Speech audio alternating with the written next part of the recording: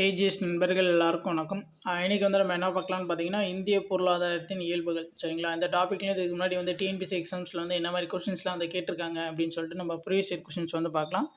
நம்ம சேனலில் பார்த்தீங்கன்னா டாபிக் வைஸ் நம்ம ப்ரீவியஸ் இயர் கொஷின்ஸ் அப்டேட் பண்ணி கொடுத்துட்ருக்கோம். நம்மளுடைய சேனல் சப்ஸ்கிரைப் பண்ணாதுங்க, கொஞ்சம் சப்ஸ்கிரைப் பண்ணி இதை ஃபாலோ பண்ணி வச்சுக்கோங்க. சரி, வாங்க பார்க்கலாம். ஸோ ஆல்ரெடி அப்டேட் பண்ண வீடியோலாம் பார்த்தீங்கன்னா நம்ம சேனல் ப்ளேலிஸ்ட்டில் இருக்கும், நீங்கள் செக் பண்ணி பார்த்துக்கலாம். ஃபர்ஸ்ட் கொஸ்டின் பாருங்கள். பெரும் மந்த நிலையின் போது டேஷ் அமைப்பு மக்களின் தேவைகளுக்கு பதிலளிக்க தவறியது. ஸோ இதுக்கான ஆன்சர் பார்த்தீங்கன்னா ஆப்ஷன் ஏ, முதலாளித்துவத்துறை. சரிங்களா? ஸோ அடுத்து பாருங்கள். பொருளாதார சூழலியலின் தந்தை எனப்படுவர் யார் அப்படின்னு சொல்லி கேட்குறாங்க. அதுக்கான ஆன்சர் பார்த்தீங்கன்னா ஆப்ஷன் பி, எம்எஸ் சுவாமிநாதன். அடுத்த கொஸ்டின் பாருங்கள். போகிறதுக்கு கொடுத்துருக்காங்க, பொறுத்த சொல்லியிருக்காங்க. சரிங்களா? ஹிக்ஸ் பார்த்தீங்கன்னா வர்த்தக சுழற்சி கோட்பாடு. ஜான் மேனட்கின்ஸ் பார்த்தீங்கன்னா பணம் மற்றும் வட்டி வேலைவாய்ப்பு கோட்பாடு. ஜேம்ஸ் டியன்சன் பரி பார்த்தீங்கன்னா வருவாய் சேமிப்பு மற்றும் நுகர்வோர் நடத்தை கோட்பாடு. சாவ் பார்த்தீங்கன்னா பேரியல் பொருளாதார கொள்கை மற்றும் கோட்பாடு. சரிங்களா? அதுக்கான ஆன்சர் ஆப்ஷன் பி. அடுத்த கொஸ்டின் பாருங்கள். கீழ்கண்டவற்றுள் இந்த கூற்றுகள் கொடுத்துருக்காங்க, அது சரியாக தவறா அப்படின்னு சொல்லி அவங்க கேட்குறாங்க. சரிங்களா? ஃபர்ஸ்ட் ஸ்டேட்மெண்ட் பாருங்கள். கலப்பு பொருளாதாரத்தில் பொது மற்றும் தனியார் துறைகள் இரண்டும் இணைந்து இருத்தல். சரிங்களா? அப்படின்னு சொல்லி கொடுத்துருக்காங்க. ரெண்டாவது ஸ்டேட்மெண்ட் பாருங்கள். இந்தியாவில் கலப்பு பொருளாதார முறை பின்பற்றப்படுகிறது. ஸோ இதுக்கான ஆன்சர் பார்த்தீங்கன்னா ஆப்ஷன் ஏ. ரெண்டு ஸ்டேட்மெண்ட்டுமே பார்த்தீங்கன்னா சரியாக தான் இருக்குது. கலப்பு பொருளாதாரம்னா பொது மற்றும் தனியார் துறை இது ரெண்டுமே ஸோ இணைந்து செயல்படுறது தான் பார்த்தீங்கன்னா கலப்பு பொருளாதாரம் அப்படின்னு சொல்லி சொல்கிறாங்க. ஸோ இந்தியாவில் பார்த்தீங்கன்னா கலப்பு பொருளாதாரம் தான் பார்த்தீங்கன்னா பின்பற்றப்படுகிறது. சரிங்களா? இந்தியாவில் கலப்பு பொருளாதாரத்தை யார் அறிமுகம் செஞ்சாங்க அப்படின்னு சொல்லி பார்த்தீங்கன்னா நேரு தான் அறிமுகம் பண்ணி வச்சுருப்பார். சரிங்களா? ஸோ இதற்கான ஒரு தொழிற்கொள்கை என்ன அப்படின்னு சொல்லி பார்த்தீங்கன்னா 1948 தொழிற்கொள்கை தான் பார்த்தீங்கன்னா கலப்பு பொருளாதாரம் உருவாக முக்கிய காரணமாக இருந்திருக்கும். அது ரொம்ப முக்கியம்.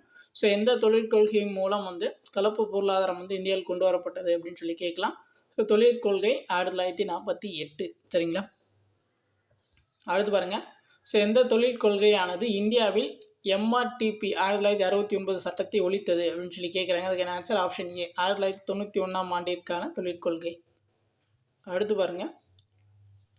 ஸோ இந்திய பொருளாதாரத்தின் பலங்கள் என்ற தலைப்பில் பொருந்தாத வாக்கியத்தை தேர்ந்தெடு. சரிங்களா? இதில் எது தப்பாக இருக்குதுன்னு பார்த்தீங்கன்னா ஆப்ஷன் பி தான் தப்பாக இருக்குது.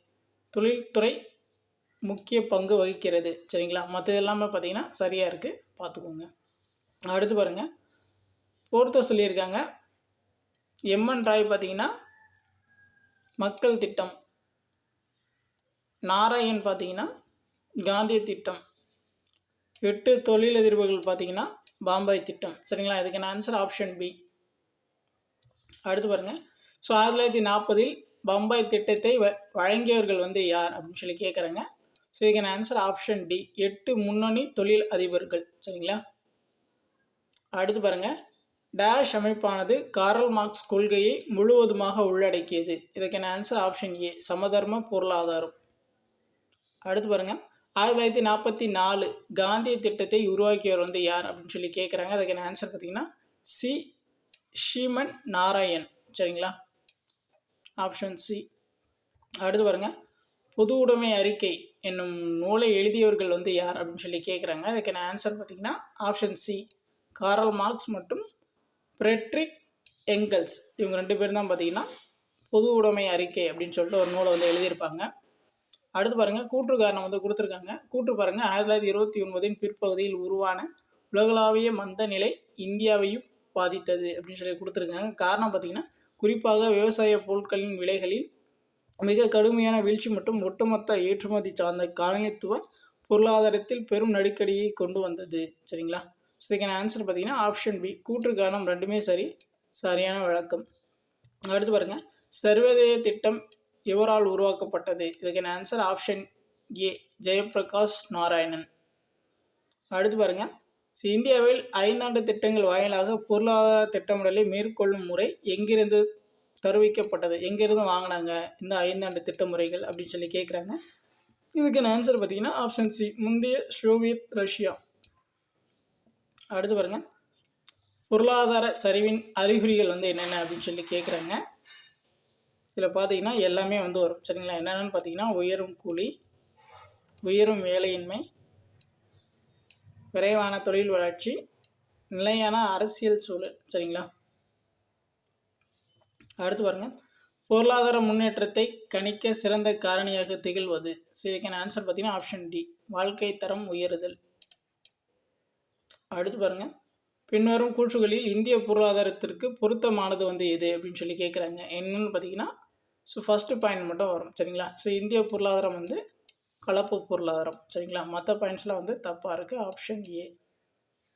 அடுத்து பாருங்கள், 1956ஆம் ஆண்டு தொழில் கொள்கை தீர்மானம் எந்த இலக்கை அடைவதற்காக அமல்படுத்தப்பட்டது.